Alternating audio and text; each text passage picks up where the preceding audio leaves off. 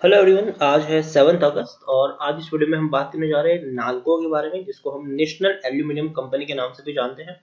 35 रुपए के आसपास ये शेयर ट्रेड कर रहा है और आपको बता दूं कि ये एक सरकारी कंपनी है और हाल फिलहाल में सरकारी कंपनियों के शेयर में एक बढ़िया रैली हमें देखने को मिल चुकी है। तो इस वीडियो में हम बात करेंगे कि 35 रुपए का ये शेयर खरीदारी करने के लायक है कि नहीं, और जिन्होंने खरीदारी की है उनको यहाँ पर क्या करना चाहिए। तो देखिए, वीडियो को शुरू करूँ उससे पहले अगर आपने अभी तक चैनल को सब्सक्राइब नहीं किया है तो प्लीज अभी इसे सब्सक्राइब कर लीजिए, क्योंकि आगे भी बहुत सारे वीडियोस हैं जो आपको काफी ज्यादा हेल्प करेंगे। तो चलिए शुरू करते हैं। तो जैसे कि आप देख सकते हैं, शेयर भी 35 रुपए के आसपास ट्रेड कर रहा है और अगर आप मेरे चैनल को रेगुलर फॉलो कर रहे हो तो नेशनल एल्यूमिनियम के ऊपर इससे पहले भी मैं वीडियो बना चुका हूँ। 25 मई को मैंने इसके ऊपर वीडियो बनाया था जब शेयर 26 से 27 रुपए के ऊपर ट्रेड कर रहा था और मैंने कहा था कि खरीदारी करने का एक बढ़िया मौका है, ये सरकारी कंपनी है, डूबने वाला ये शेयर बिल्कुल भी नहीं है। तो चाहे तो खरीदारी कर सकते हो और फ्रेश बाइंग की हो तो बने रह सकते हो, डरने की कोई जरूरत नहीं है। ये मैंने 25 मई को जो मेरा वीडियो है उस वक्त मैंने आपको ये बताया था। आज जब शेयर 35 रुपए तक पहुंच चुका है तो मुनाफा वसूली करना सही रहेगा कि नहीं, वो भी एक बहुत बड़ी बात है, उसके बारे में हम बात जरूर करेंगे। लेकिन उससे पहले हम देखें पिछले एक महीने में इसका अगर हम परफॉर्मेंस देखते हैं तो 6.5% का ग्रोथ यहाँ पर जरूर है। इस बीच 32 रुपए का लो बना है और 36 रुपए तक का हाई भी है। एक साल की हम बात करें तो पिछले एक साल में यहाँ पर 18% की गिरावट है। 48 रुपीज से शेयर कंटिन्यूसली टूटा था, 26 रुपए तक का लो बना और यही वो वक्त था जहां पर मैंने इस शेयर को पकड़ा था और मैंने कहा था कि बढ़िया क्वालिटी का ये शेयर है, डरने की जरूरत नहीं। और इस बीच आप देखिए तेजी आई, फिर गिरावट आई, फिर तेजी आई, फिर गिरावट आई, फिर तेजी आई, फिर गिरावट आई, अब फिर तेजी की तरफ से आगे बढ़ रहा है। पिछले 3 साल की हम बात करें तो पिछले 3 साल में 50% की गिरावट यहाँ पर है। 95 रुपीज का हाई यहाँ पे बना था और आप देखिए कंटिन्यूअस ये शेयर टूटा है, कंटिन्यूअस। बीच बीच में तेजी भी आई है लेकिन वो तेजी मेंटेन नहीं रही है, वापस शेयर टूट गया, फिर तेजी आई, फिर शेयर टूट गया, फिर तेजी आई, फिर गिरावट आई, फिर तेजी आई, फिर गिरावट आई, फिर तेजी आई, फिर गिरावट आई, फिर तेजी आई। 10 साल का भी अगर आप चार्ट पैटर्न देखोगे तो जो 10 साल का भी जो चार्ट पैटर्न है वो भी आपको सिमिलर ही देखने को मिलेगा। 66% की गिरावट है, 120 रुपए तक का हाई है, 24 रुपए तक का लो है। तो देखिए, ये वो शेयर बिल्कुल भी नहीं है जिस पर आप लंबी दूरी का दाव खेले। लंबी दूरी से मेरा मतलब यहाँ पर 5 या 10 साल है। ये वो शेयर नहीं है जिसको आप खरीदने के बाद भूल जाए। ये वो शेयर है जिसमें आपको गिरावट आने पर खरीदारी करनी है और प्रॉफिट आने पर आपको बेचकर एग्जिट भी कर लेना है। तो हर गिरावट में चाहे तो खरीदारी कर सकते हो, मुनाफे में आपको एग्जिट भी यहाँ पर करना है, लेकिन खरीद कर भूल जाने वाला ये शेयर बिल्कुल भी नहीं है। मिड कैप शेयर है, ये 6,511 करोड़ के आसपास का मार्केट कैप है। एनएससी में अगर हम देखें तो तकरीबन तकरीबन अभी 92 लाख से भी ज्यादा का वॉल्यूम ट्रेड है और अभी वक्त हुआ है दोपहर के 2:30 हुए हैं। तो 1 करोड़ से भी ज्यादा का आपको वॉल्यूम ट्रेड यहाँ पर देखने को मिल जाएगा एंड ऑफ द डे। यहाँ पर देखिए तो प्रमोटर के पास 51.50% की होल्डिंग है। एफआईएस और म्यूचुअल फंड दोनों ने अपनी होल्डिंग को कट डाउन किया है, लेकिन फिर भी बहुत बड़ी होल्डिंग इनके पास जरूर है। 9.04% की होल्डिंग एफआईएस के पास है, 7.70% की होल्डिंग म्यूचुअल फंड के पास है। जैसे कि मैंने शुरुआत में कहा कि प्रमोटर यहाँ पर गवर्नमेंट है, मतलब सरकारी कंपनी है, तो प्रेसिडेंट ऑफ इंडिया सबसे बड़े प्रमोटर है। 51.50% की होल्डिंग, एक भी शेयर गिरवी नहीं है। 32 म्यूचुअल फंड स्कीम में अपना पैसा लगाया है, 171 एफएल्स भी यहाँ पर इन्वेस्टेड है। हाईएस्ट पब्लिक शेयर होल्डर की बात करें तो life insurance corporation of India, जिनके पास एलआईसी है यहाँ पर, जिनके पास 5.04% की एक बहुत बड़ी होल्डिंग देखने को मिल रही है। इंडिविजुअल इन्वेस्टर होल्डिंग 15.03% की है। 30% का डिविडेंड पे करा है ये शेयर, मतलब पर शेयर आपको ₹1.50 मिले हैं और वो भी इसी साल फरवरी महीने में इसने इतना बड़ा डिविडेंड भी पे किया है। नेशनल एल्यूमिनियम की ये वेबसाइट है, अगर आप वेबसाइट पर जाओगे तो काफी प्रॉमिसिंग आपको इनकी प्रोफाइल देखने को मिल जाएगी। इनके जो ऑपरेशनल्स है वो कई सारी जगह, चाहे वो एल्यूमिनियम की बात करें, सोलर की बात करें, सोलर पावर की बात करें, विंड प्लांट की बात करें, रोल प्रोडक्ट यूनिट की भी अगर हम बात करने जाए, इसके साथ साथ port facilities, NRIT testing service, bauxite mining, aluminium refinery, तो कई सारी चीज है, power plant captive, aluminium smelter, कई सारी यहाँ पर चीज है। और तो और इन्होंने काफी सारे बेंचमार्क भी सेट करके रखे हैं। अगर हम देखें तो पूरी दुनिया में सबसे सस्ता एल्यूमिना प्रोड्यूसर नेशनल एल्यूमिनियम है।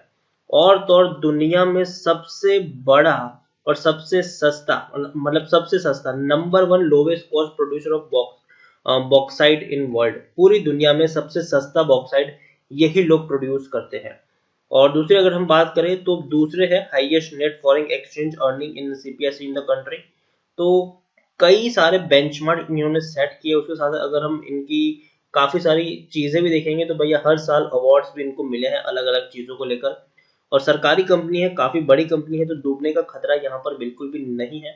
कल को अगर मान लीजिए कि कर्जा ज्यादा हो भी जाता है तो सरकार किसी प्राइवेट प्लेयर को उसको देकर अपना हाथ खींच भी लेती है, तो एक बहुत बड़ा फायदा अगेन शेयर होल्डर को होता है, क्योंकि जब भी कंपनी प्राइवेटाइजेशन होती है तो शेयर में तेजी में देखने को मिल जाती है। लेकिन फिर भी ऐसा कुछ भी नहीं होगा नेशनल एल्यूमिनियम में। सरकार इसको खुद चलाएगी, और जिस तरीके अभी ट्रेंड देखने को मिला है कि अभी सरकारी कंपनियां बहुत अच्छा परफॉर्म कर रही है, क्योंकि सबको पता है कि सरकारी कंपनियों में at the end of the day सरकार पैसा डालकर इसको बचा ही लेगी, जबकि प्राइवेट कंपनियों में डर है कि पेंडेमिक की सिचुएशन में कहीं कंपनी बर्बाद ना हो जाए। तो यहाँ पर नेशनल एल्यूमिनियम की मैं बात करूँ तो जैसे कि मैंने कहा कि काफी बड़ी कंपनी है, ये कोई छोटी मोटी कंपनी नहीं है। लार्जेस्ट प्रोड्यूसर आप कह सकते हैं, सबसे सस्ता एल्यूमिनियम प्रोड्यूस करते पूरी दुनिया में, सिर्फ इंडिया में नहीं पूरी दुनिया में। और सबसे सस्ता बॉक्साइट प्रोड्यूसर भी है ये पूरी दुनिया में। तो काफी बड़ा नाम है नेशनल एल्यूमिनियम का, कोई छोटी मोटी कंपनी नहीं है। यहाँ पर देखें तो टेक्निकल रेटिंग अभी भी इसकी काफी शानदार देखने को मिली है, 47.43 का पी है, जबकि इंडस्ट्री पी 58.92 है। बुक वैल्यू 53 है, प्राइस टू बुक वैल्यू 0.65 है, ईपीएस 0.74 है, और डिलीवरीज तकरीबन 23-24 के आसपास देखने को मिल रही है। According to Moneycontrol user 100% लोगों का यहाँ पर पॉजिटिव व्यू है। उनका मानना है कि खरीदारी करने का ये बढ़िया मौका है और खरीदारी आपको करनी चाहिए, कोई भी यहाँ पर बेचने की सलाह आपको नहीं दे रहा है। यहाँ पर हम अगर देखेंगे तो मार्च क्वार्टर में भी बढ़िया इन्होंने प्रॉफिट बुक किया था। आप खुद देखिए 103 करोड़ का मुनाफा कंपनी ने कमाया था, जबकि इससे पहले के 2 क्वार्टर में कंपनी को नुकसान हुआ था। सितंबर 2019 के क्वार्टर में 28 करोड़ का लॉस था, और दिसंबर 2019 में 34 करोड़ का लॉस था। लेकिन उससे पहले अगर हम देखें जून 2019 में तो तकरीबन 97-98 करोड़ का प्रॉफिट भी था, और पिछले साल मार्च 2019 में 233 करोड़ का भी इनको मुनाफा हो चुका था। तो कंपनी के मार्च के जो नतीजे थे वो काफी बेटर थे, क्योंकि इससे पहले के 2 क्वार्टर में इनको नुकसान हुआ था। और उम्मीद करते हैं कि जून के जब नतीजे आए तो वो भी काफी अच्छे हो। हालांकि अभी तक कोई डेट सामने नहीं आई है कि कब इनके नतीजे आएंगे जून के, लेकिन उम्मीद करते हैं कि बहुत जल्दी आ जाए। शेयर होल्डिंग में देखेंगे तो प्रमोटर ने थोड़ी सी होल्डिंग गिराई है, थोड़ी सी होल्डिंग, ज्यादा नहीं, 52% की होल्डिंग थी वो 51.50% तक देखने को मिली है। एक भी शेयर गिरवी नहीं, हालांकि एफआईज कंटिन्यूस अपनी होल्डिंग को कट डाउन कर रहे हैं। 11.92% की होल्डिंग 9.04% देखने को मिली है, और सेम सिचुएशन म्यूचुअल फंड में भी देखने को मिली है, वो भी अपनी होल्डिंग को कट डाउन कर रहे हैं धीरे धीरे। 11.70% की होल्डिंग 7.70% देखने को मिल रही है। लेकिन जैसे कि मैंने कहा कि अच्छी कंपनी है और दमदार कंपनी है, और अभी भी मैं जब ये शेयर 26 पे था तब भी मेरी बाइंग की एडवाइस थी, जब 30 पे था, 32 पे था, तब भी मेरी बाइंग की एडवाइस है। और मुझे लगता है कि अभी भी इसमें काफी ज्यादा दमखम है कि शॉर्ट टर्म में शेयर 40 रुपए तक जा भी सकता है। तो मैं यही कहूंगा कि खरीदारी की है तो बने रहो, फ्रेश बाइंग करना चाहते हो तो कर सकते हो, जरूर ये शेयर आपको अच्छा रिटर्न कमा कर देगा। लेकिन अगेन मैं कह रहा हूँ, अगर पर शेयर यहाँ पर आपको 5 या 7 रुपए का भी मुनाफा होता है तो आपको प्रॉफिट बुकिंग कर लेनी चाहिए। अगेन मैं कह रहा हूँ, अगर आपको पर शेयर 5 से 7 रुपए का मुनाफा होता है तो आपको प्रॉफिट बुकिंग करनी चाहिए, ज्यादा लालच नहीं करना चाहिए। अगर आपकी खरीदारी 32 रुपए की है और अगर आपको यहाँ पर 37-38 रुपीज पर शेयर चला जाता है तो आपको मुनाफा वसूली करनी चाहिए। अगर आपकी बाइंग 30 रुपए की है और शेयर 35 पे आपको दिख रहा है तो तब भी आपको मुनाफा वसूली कर लेनी चाहिए। तो मैं यही कहूंगा कि पर शेयर प्रॉफिट हो, मुनाफा वसूली करो, क्योंकि ये वो शेयर नहीं है जो आपको ऐसे ऊपर ही जाता देखने को मिलेगा।